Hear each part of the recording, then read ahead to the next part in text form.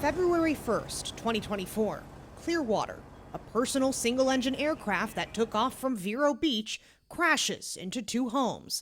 Moments after the pilot communicates over the radio that there's a fire. The pilot and two people on the ground are killed. February 9th, Naples. A charter jet returning from a trip to Ohio comes down on Interstate 75, not far from the airport. The two pilots communicate they're making an emergency landing after both engines failed, just a month after a federal inspection deemed the plane airworthy. Both pilots are killed. 4 others are hurt. Those are just 2 of the 16 Florida aviation accidents so far this year under investigation by the National Transportation Safety Board, a process that can take 1 to 2 years. Where they look into every aspect to find out where those things, what went wrong. But there are times when things happen. Peter Reed is an aviation consultant and president of Reed Aero. Started flying when I was about 14 years old and just absolutely fell in love with it. He wants you to know flying is safe. When an airplane comes out of the sky, it's a big event. When you hear about 5 or 10 crack-ups on Interstate 95 in Palm Beach County that happen probably, close to every day, you think nothing of it. It's just routine. Of all 50 states over the past 10 years, Florida has seen the 3rd largest number of deadly plane crashes, according to NTSB data. California and Texas are the only states that have more. And to that, your answer is actually pretty simple. Yes, it's you have to look at the numbers. So I did.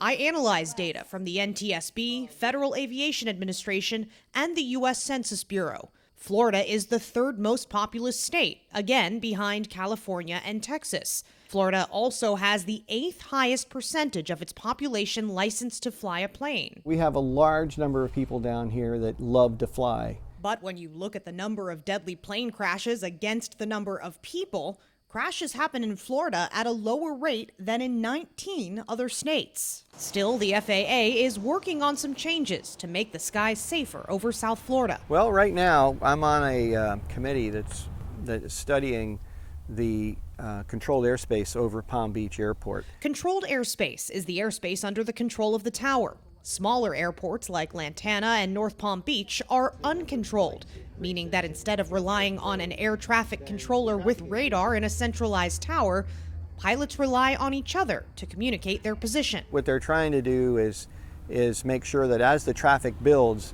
that the airspace that they control is adequate to handle the increased traffic in the airport flow and the flow of the planes around the airport. The FAA confirmed to me in a statement that the move is the result of a significant increase in air traffic in Palm Beach County in recent years and is intended to make the skies safer. But as Reed showed me, safety in the air starts on the ground. The key to safety in aviation is training and procedures. Reed walked me through some of those procedures. You've got 48 items to check to make sure. This is all before you even get going. How often do you see someone maybe cutting corners on this list? Never. It's a lesson pilots say is instilled in them as students before their first flight. What's the biggest mistake that you see among students that you try to correct?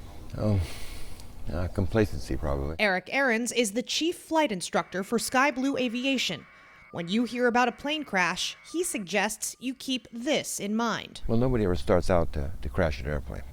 Are they preventable? I suppose there are some times when something happens that, like a whole bunch of geese fly into your engine. So how preventable was that?